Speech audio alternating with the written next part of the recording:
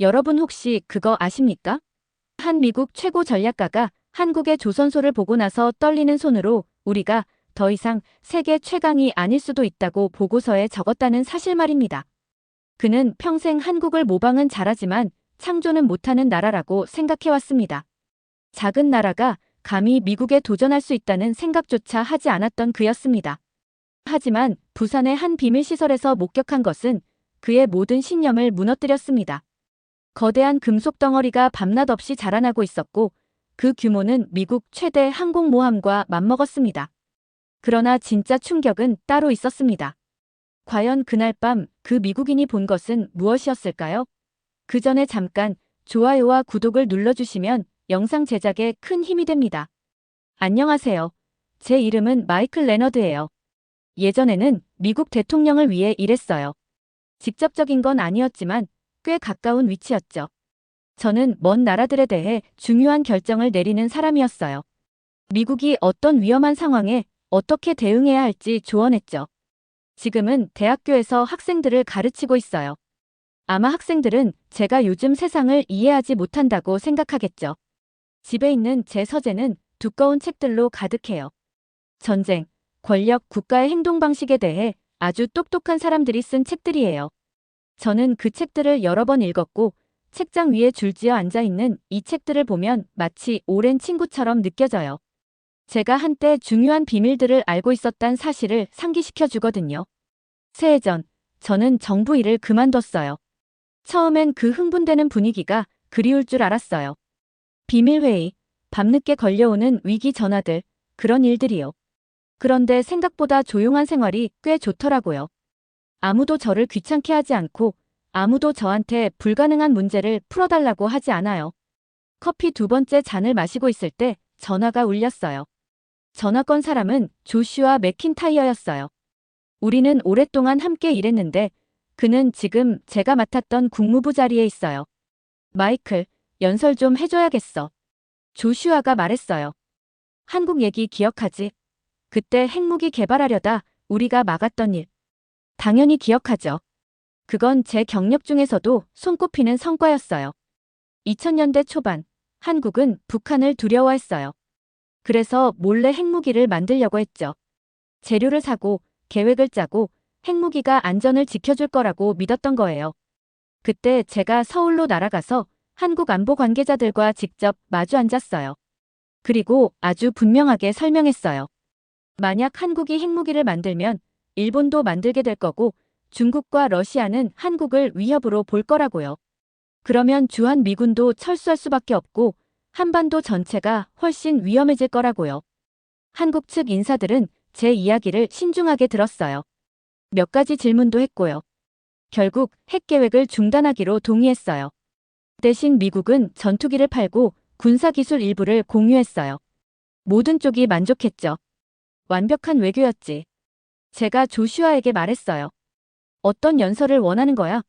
그 얘기 그대로 해줘. 미국 전략이 얼마나 똑똑하게 작동하는지 보여줘야 해. 요즘 우리에겐 좋은 뉴스가 좀 필요하거든. 연설은 계획대로 완벽하게 진행됐어요. 저는 내셔널 프레스 클럽 단상에 섰고 중요한 기자들이 편안한 의자에 앉아 있었어요. 저는 서울에서 있었던 일을 말했어요. 어떻게 압박과 보상을 동시에 활용해서 한국의 생각을 바꿨는지 설명했어요. 청중들은 고개를 끄덕이며 메모를 했어요. 그런데 한 젊은 여성이 손을 들었어요. 짧은 흑발에 진지한 눈빛을 가진 사람이었어요. 제 전성기 시절 이후에 태어난 것 같은 인상이었죠. 레너드 박사님, 그녀가 말했어요. 요즘 한국은 좀 달라진 것 같아요. CV2000이라는 프로젝트를 진행 중이고 항공모함에 엄청난 돈을 쓰고 있대요. 어떤 사람들은 한국이 미국에서 독립하려고 하는 거라고 해요. 솔직히 전 그 말에 웃음이 나올 뻔했어요. 이 젊은 기자는 국제 정세를 아직 잘 모르는 것 같았어요. 항공모함은 장난감이 아니거든요. 그냥 원한다고 만들 수 있는 게 아니에요. 수십 년의 경험이 필요하고 특수한 기술이 있어야 해요. 움직이는 배 위에 비행기를 착륙시킬 줄 아는 조종사도 있어야 하고 그걸 뒷받침할 수십억 달러 규모의 지원 시스템도 필요해요. 아가씨, 제가 인자한 미소를 지으며 말했어요. 항공모함은 좋은 의도나 노력만으로는 만들 수 없어요. 인류가 만든 가장 복잡한 기계 중 하나예요. 한국 같은 나라가 진짜 항공모함을 만든다는 건 자원이나 기술 면에서 가능하지 않아요. 그녀는 제 대답을 적었지만 설득된 얼굴은 아니었어요. 그 후로는 조금 더 쉬운 질문들이 나왔고 연설은 마무리됐어요. 모두가 예의상 박수를 쳤고 저는 악수를 나누고 몇 권의 책에 사인을 했어요. 하지만 집에 가는 길 내내 그 기자의 질문이 머릿속에서 떠나지 않았어요. 한국이 항공모함을 만든다고? 말도 안 되는 얘기였지만 괜히 그런 질문을 했을까? 그날 저녁 조슈아에게서 다시 전화가 왔어요. 목소리가 좀 달랐어요. 더 진지했달까요? 마이클, 문제가 생겼어. 한국의 군사 프로젝트가 우리가 생각했던 것보다 훨씬 커. 진짜 커. 우리가 뭘 놓치고 있는지 누군가 현장에 가서 직접 확인해야 해. 이런 문제를 잘 아는 사람이 필요해. 나 이제 은퇴했잖아, 조슈아. 알아. 그래도 당신이 제일 적임자야. 당신은 한국을 잘 알고 그들의 심리를 이해하고 무엇보다 그들이 당신을 신뢰하잖아. 저는 정말 거절하고 싶었어요. 조용한 아침, 커피, 책, 예측 가능한 하루하루 그게 좋아졌거든요. 그런데 그 기자의 질문이 자꾸 마음에 걸렸어요. 그리고 조슈아의 목소리에 담긴 불안도 이상하게 남았고요. 어쩌면 제가 직접 확인해야 할지도 몰라요. 아니면 제가 지금까지 믿어왔던 모든 게 틀렸다는 걸 마주하게 될지도 모르겠어요. 서울로 가는 비행기는 14시간이 걸렸어요. 저는 비즈니스석에 앉아서 오래된 정치학 책 한 권을 들고 있었어요. 책 제목은 군주론이고 무려 500년 전에 쓰인 책이에요. 너무 자주 읽어서 책장이 노랗게 발해 있고 종이도 부드러워졌어요. 비행기가 태평양 위를 날아가는 동안 저는 책 귀퉁이에 메모를 했어요. 한국은 모방은 잘하지만 창조는 못해요. 똑똑한 기술자는 많지만 거대한 아이디어는 없어요. 이런 말을 쓰니까 마음이 좀 편해졌어요. 제가 세상이 어떻게 돌아가는지 잘 알고 있다는 느낌을 다시 떠올리게 해줬거든요. 그런데 인천공항에 도착하자 뭔가 이상하다는 기분이 들었어요. 공항이 엄청 크고 반짝였고 완벽하게 정리되어 있었어요. 모든 시스템이 정확히 작동하고 있었고요. 입국 심사는 딱 3초 만에 끝났고 서울까지 가는 기차는 미국의 어떤 교통수단보다도 빨랐어요. 지하철은 5개 언어로 안내판이 있었고 2분마다 정확하게 도착했어요. 이건 제가 정부에서 보던 보고서 속 한국이 아니었어요. 다음 날 아침에는 부산행 국내선을 탔어요. 부산은 한국 남쪽에 있는 항구 도시인데 매년 거기서 큰 무기 박람회를 열어요. 세계 각국에서 와서 새로운 전차, 미사일, 군함 등을 구경하러 오는 행사죠. 저는 전시장을 돌아다니면서 한국의 최신 군사 장비들을 봤어요. 수백 킬로미터 밖의 목표물을 타격할 수 있는 미사일도 있었고 외형만 보면 미국 전투기만큼 좋아 보이는 전투기도 있었어요. 잠수함, 헬리콥터, 장갑차까지 다 있더라고요. 모든 게 전문적으로 보였고 또 현대적이었어요. 그런데도 저는 속으로 이렇게 말했어요. 그래도 미국 기술보다는 한 수 아래야. 나는 새로운 걸 배우러 온 게 아니라 내가 이미 알고 있는 걸 확인하러 온 거야. 그러다 특별 브리핑에 초대받게 됐어요. 정말 중요한 사람들만 들어갈 수 있는 자리였어요. 창문도 없는 작은 방에서 한국군 관계자들이 자신들의 새로운 프로젝트에 대해 설명하는 슬라이드를 보여줬어요. 그중 한 장교가 항공모함 프로그램에 대해 설명했는데요. 듣다 보니 이상한 표현이 귀에 들어왔어요. 배의 무게를 얘기하면서 표준 배수량이라는 말을 쓰는 거예요. 그건 예전 방식의 오래된 용어였어요.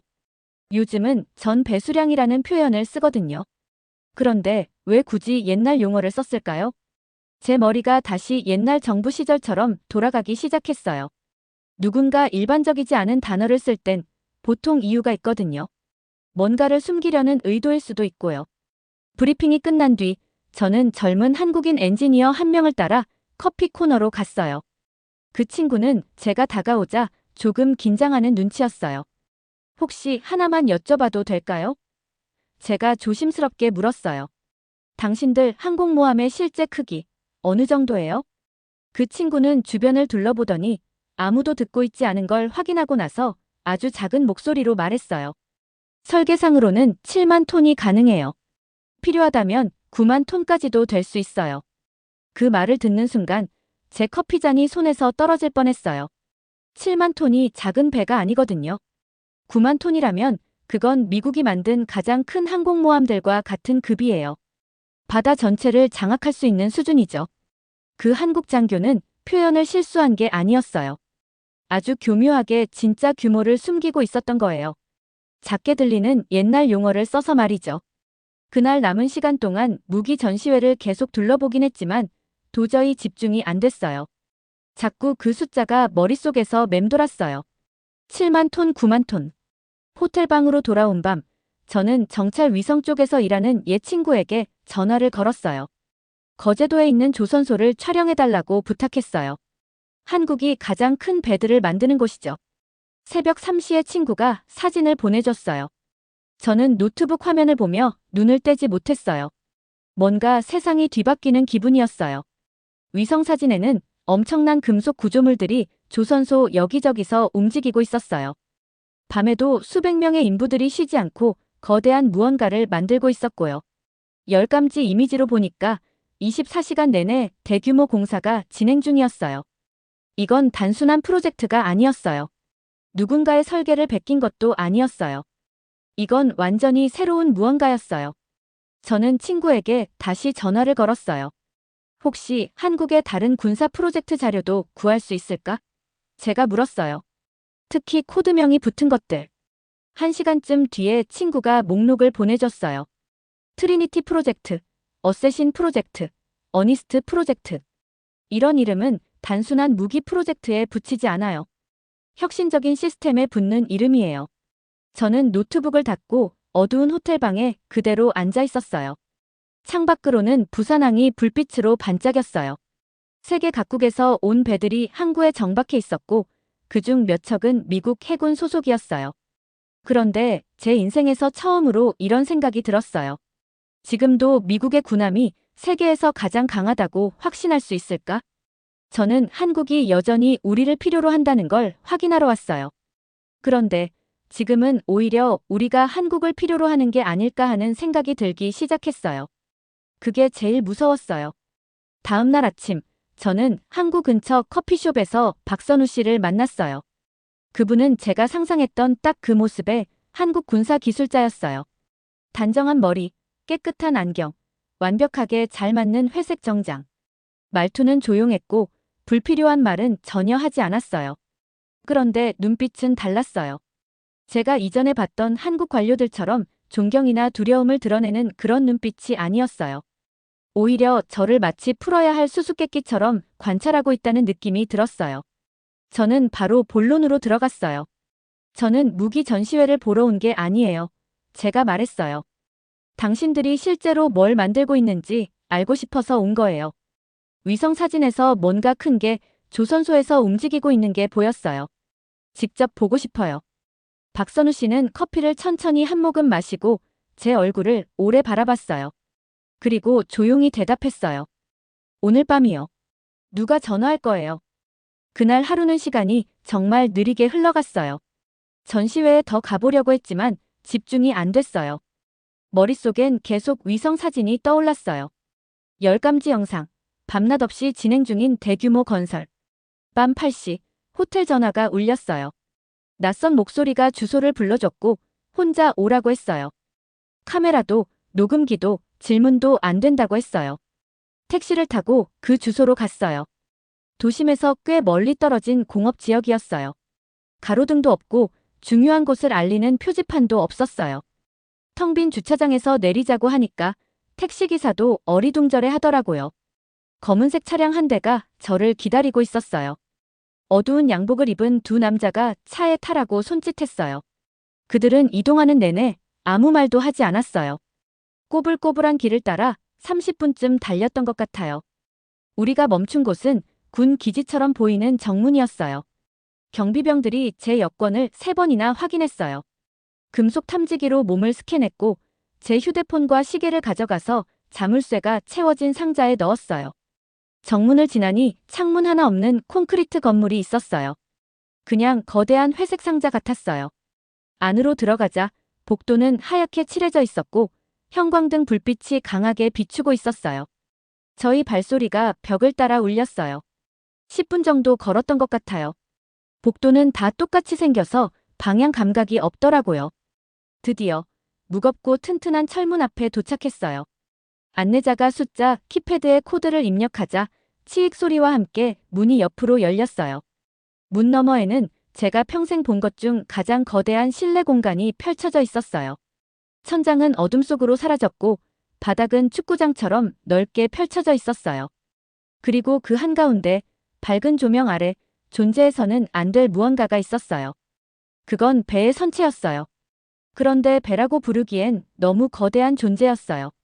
마치 산을 언덕이라고 부르는 것처럼요. 건물 끝에서 끝까지 이어져 있었고 양옆 벽면은 마치 고층 건물처럼 수직으로 솟아 있었어요. 작업자들이 개미처럼 선체 위를 기어다녔고 용접 불꽃이 사방에서 튀었어요. 거대한 크레인이 철제 구조물을 옮기고 있었고요. 소음은 말로 표현이 안 될 정도였어요. 망치질, 갈아내는 소리, 외침, 기계 소리. 그때 박선우 씨가 제 옆으로 다가왔어요. 워낙 시끄러워서 소리를 질러야만 했어요. 우리는 이걸 직지라고 불러요. 그가 외쳤어요. 세계 최초 금속 활자가 새 장을 열었듯 입에도 해군 역사에 새 장을 열 거예요.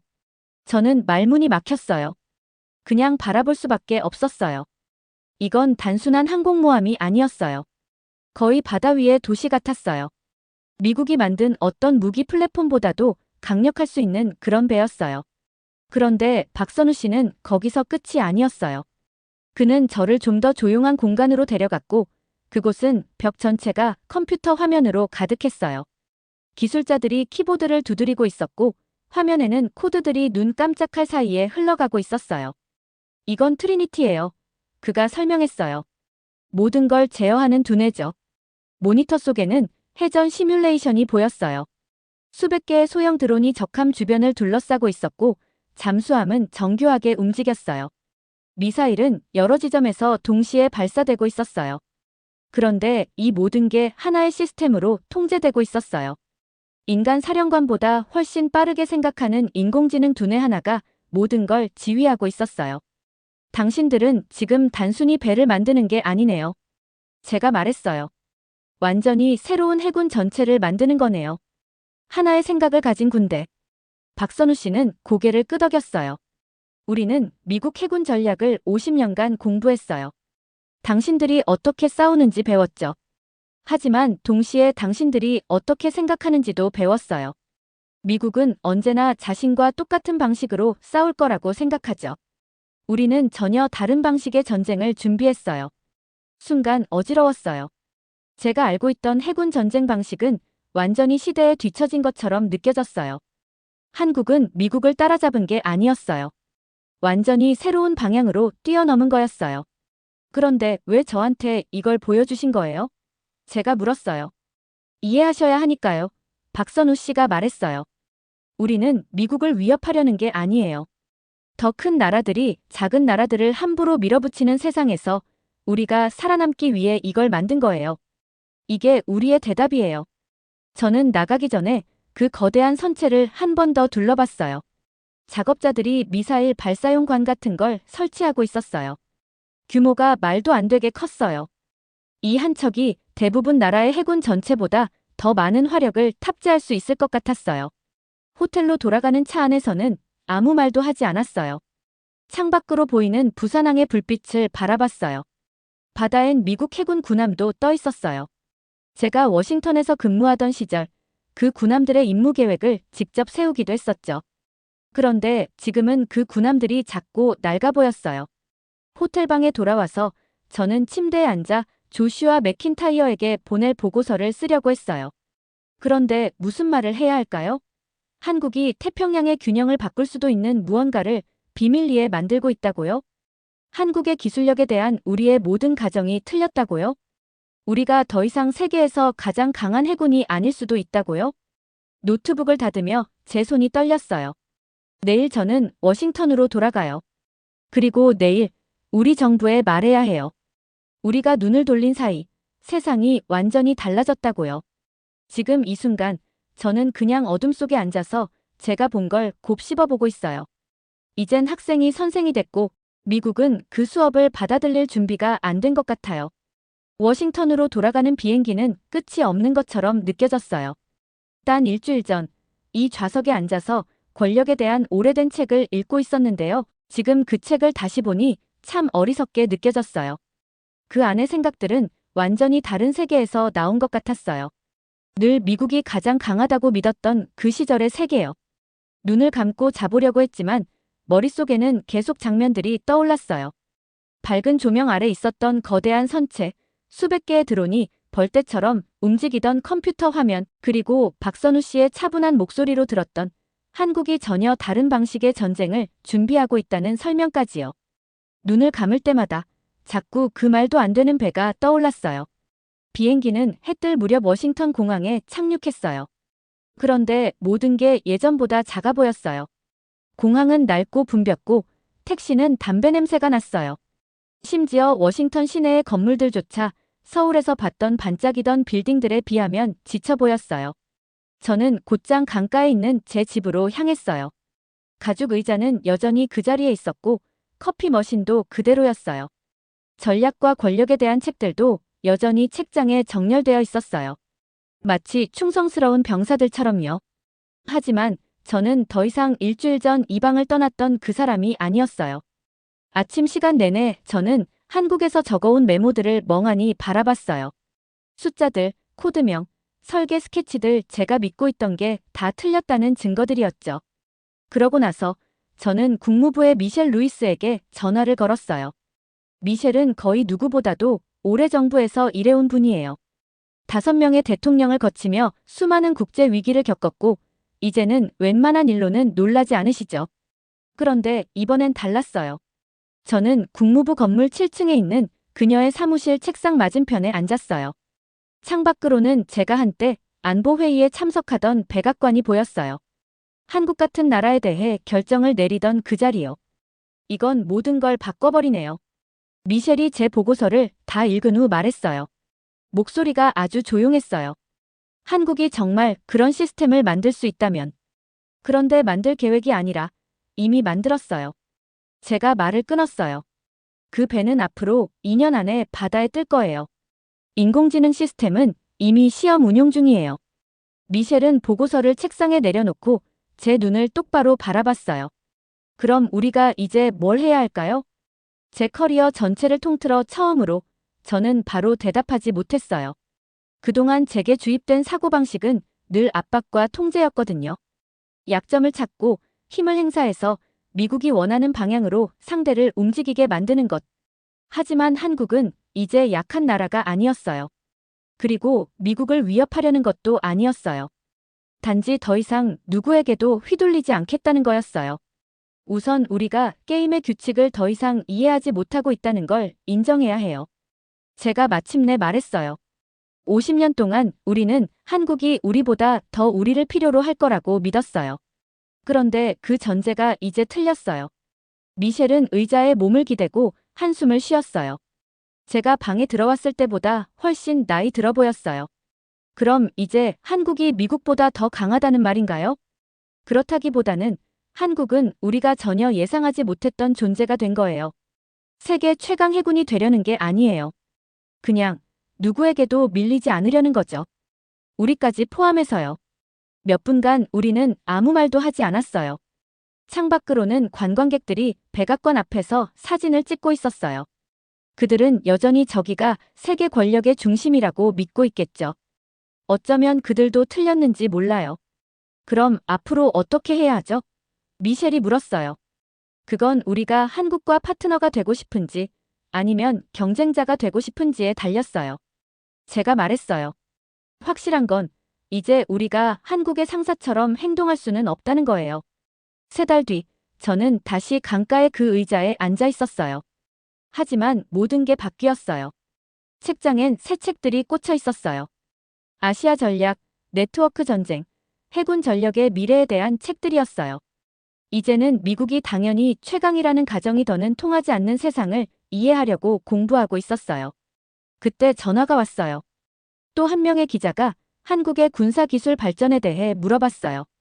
반년 전만 해도 저는 웃으면서 그런 질문을 넘겼을 거예요. 작은 나라가 어떻게 큰 나라에 도전하겠냐고 설명했겠죠. 하지만 이제는 저는 진실을 말했어요. 한국은 우리에게 중요한 걸 가르쳐 줬어요. 제가 말했어요. 진정한 강함은 무기의 크기보다 게임의 규칙을 바꿀 줄 아는 지혜에서 나와요. 기자는 다시 물었어요. 그럼 한국이 미국의 위협이 된다고 생각하시나요? 저는 창밖 포토맥 강을 바라봤어요. 제 집 앞을 흐르는 그 강물은 펜타곤과 국회의사당 옆도 지나가요. 하지만 그 물은 언제나 흘러가요. 결코 같은 자리에 머물지 않아요. 한국은 위협이 아니에요. 제가 말했어요. 한국은 하나의 교훈이에요. 똑똑한 나라가 다른 나라가 편하자고 약한 척을 계속하지 않기로 결심했을 때 어떤 일이 벌어지는지 보여주는 사례예요. 전화를 끊고 저는 커피를 한 잔 내렸어요. 그리고 다시 그 낡은 의자에 앉았어요. 아침 햇살이 물 위에 반사되는 모습은 한국에 가기 전과 똑같았어요. 하지만 그걸 바라보는 저는 더 이상 같은 사람이 아니었어요. 저는 세상이 우리가 생각하는 것보다 훨씬 빠르게 변할 수 있다는 걸 배운 사람이 되었어요.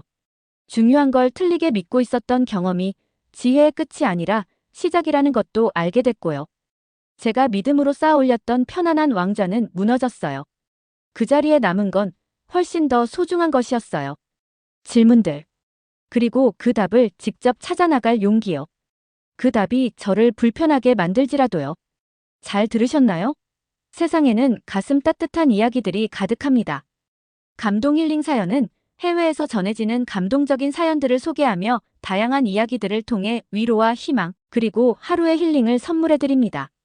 조그마한 힐링이 되셨다면 구독과 알림 설정도 큰 힘이 되어요. 다음 영상에서 더 좋은 사연으로 찾아뵙겠습니다. 시청해주셔서 감사합니다.